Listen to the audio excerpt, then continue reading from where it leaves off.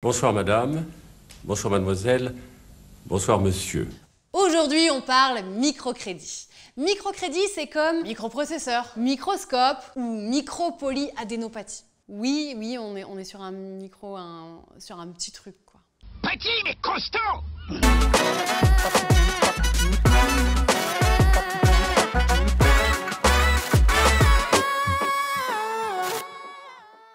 Le microcrédit, c'est un mode de financement privé destiné aux plus pauvres qui a été popularisé dans les années 80 par Muhammad Yunus au Bangladesh.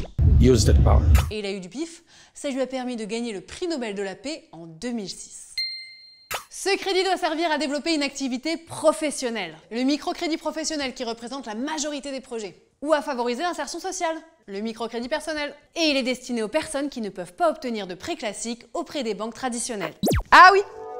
Ah non, les pauvres, j'en veux pas, moi. Ah bah non, ça a pas de capacité d'emprunt, c'est à découvert le 15 du mois, ça épargne rien. Oui, non, c'est pas notre public, non. Et si quand on dit microcrédit, vous êtes du genre à penser enfant pieds nus, manioc, poussière, bah déjà, vous avez une vision hyper étriqué. Mais c'est vrai, et vous avez surtout tort. En 2018, le microcrédit concernait 140 millions de personnes dans le monde. Essentiellement des femmes. Et 70 000 Français. Et pour être sûr que ça marche, on a ajouté quelques subtilités.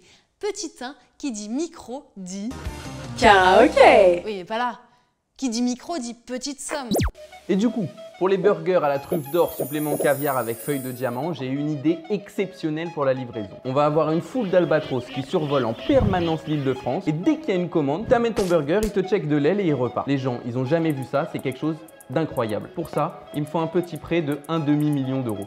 Ah oui, un demi-million quand même, parce que nous on est plus sur du 8 000 € max pour un microcrédit perso et on peut à la limite monter jusqu'à 12 000 €, mais ça c'est pour les microcrédits pro. 12 000, ça fait pas beaucoup, mais bon, je pense que si on base les albatros et qu'on se rabat sur des pigeons, ça peut le faire. Ah bah voilà, les pigeons c'est parfait, en plus c'est local. Petit 2, qui dit micro, dit aussi petite durée. La durée max d'un crédit pro c'est 5 ans, et 7 ans pour un crédit perso. On s'endette pas sur un 25 ans comme pour l'achat d'une maison. Et 3, le taux est fixe. Pas de mauvaise surprise au fil du temps. Et le résultat, c'est une brasserie sur l'île de la Réunion, une nouvelle voiture pour aller travailler à Saint-Étienne ou un studio de pilates à Cannes-sur-Mer.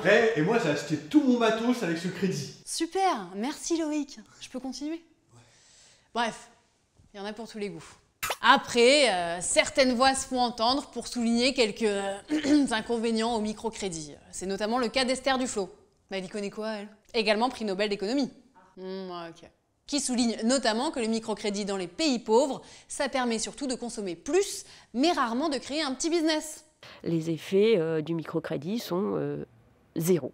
Et oui, même si en France tous les emprunteurs sont accompagnés dans leur projet par un intervenant social ou un expert en création d'entreprise, n'est pas Bill Gates qui veut.